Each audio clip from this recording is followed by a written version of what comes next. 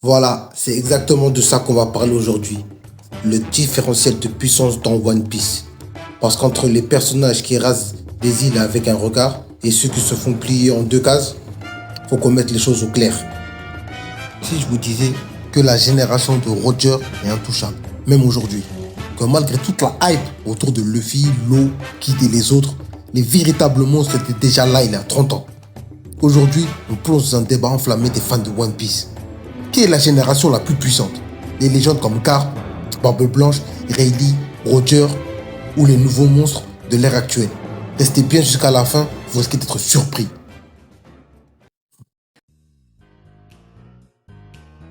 Commençons par ceux qui rendent l'ancienne génération absolument terrifiante. Premièrement, le Haki. À l'époque, on ne l'appelait pas comme ça. Mais Roger, Garp, Rayleigh, Barbe Blanche, ils maîtrisent les trois formes de Haki à un niveau qu'on commence à peine à comprendre dans l'histoire actuelle. Le Haki des rois avancés, le Ryuro, le Haki de l'observation ultra précis. C'est avec ça que Roger a combattu Barbe Blanche à égalité sans fruit du témoin.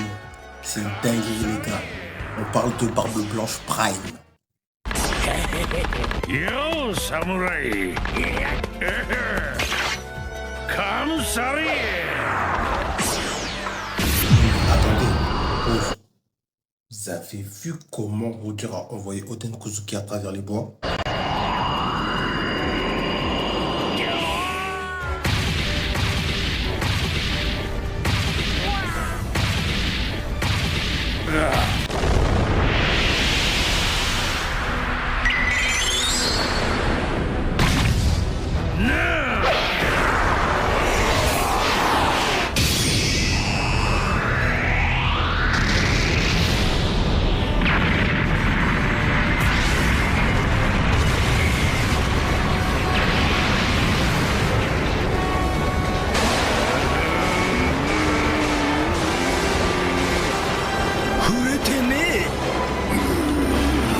Faut pas oublier, c'est aussi avec ça que Garp enchaîne les pirates les plus dangereux, à main nue.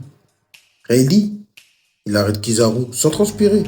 Le gars, il est à la retraite depuis des années. Et surtout, l'époque elle-même était différente. Aujourd'hui, on a la marine, les Yonko, le gouvernement, mais à l'époque de Roger, c'était la guerre totale. Les vrais monstres étaient lâchés dans le monde entier. Roger n'a pas été appelé le roi des pirates pour rien. Barbe Blanche, l'homme le plus fort du monde, même avant son fruit du démon. Ce n'était pas un monde compromis, c'était un monde de survivants. Ceux qui étaient faibles mouraient, point. Et c'est dans cette jungle que ces légendes ont atteint le sommet. Pourquoi les ancêtres dans One Piece sont toujours OP? Le monde de One Piece valorise l'expérience avant tout. One Piece n'est pas un shonen classique où la jeunesse surpasse systématiquement l'ancienne génération, genre Naruto ou My Hero Academia. Chez Oda, l'expérience égale pouvoir brut.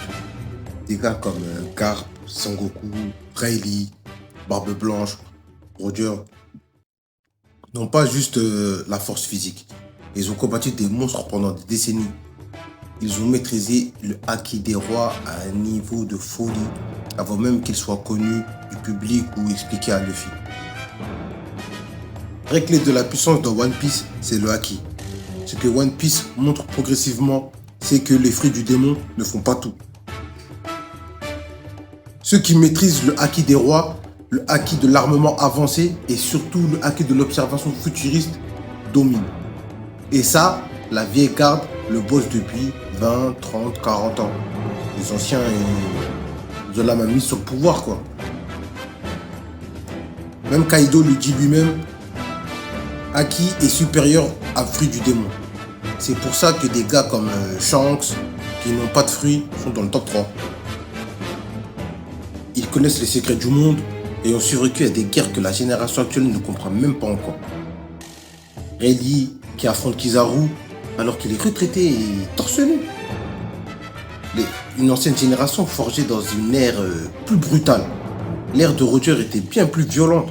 Le monde était instable, le gouvernement plus répressif et des pirates comme Shiki ou Roxy Zebek sèment le chaos total. Les légendes de cette époque ont survécu à des affrontements constants avec des monstres de guerre. Comme à God Valley, Carp et Roger ont dû faire équipe pour battre Rox. C'est une dinguerie. Attention, ça ne veut pas dire que la nouvelle génération est faible. Au contraire, Luffy est un monstre en puissance. Il a vaincu Kaido, éveillé son fruit, maîtrisé le haki des rois avancé. Il est probablement au niveau de Roger ou en passe de l'atteindre. Moi je dirais plus même Joy Boy. Mais soyons honnêtes, combien d'autres peuvent en dire autant?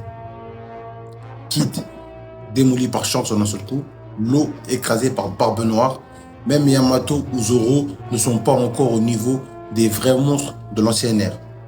Ils ont le potentiel, oui, mais ils ne sont pas encore prêts.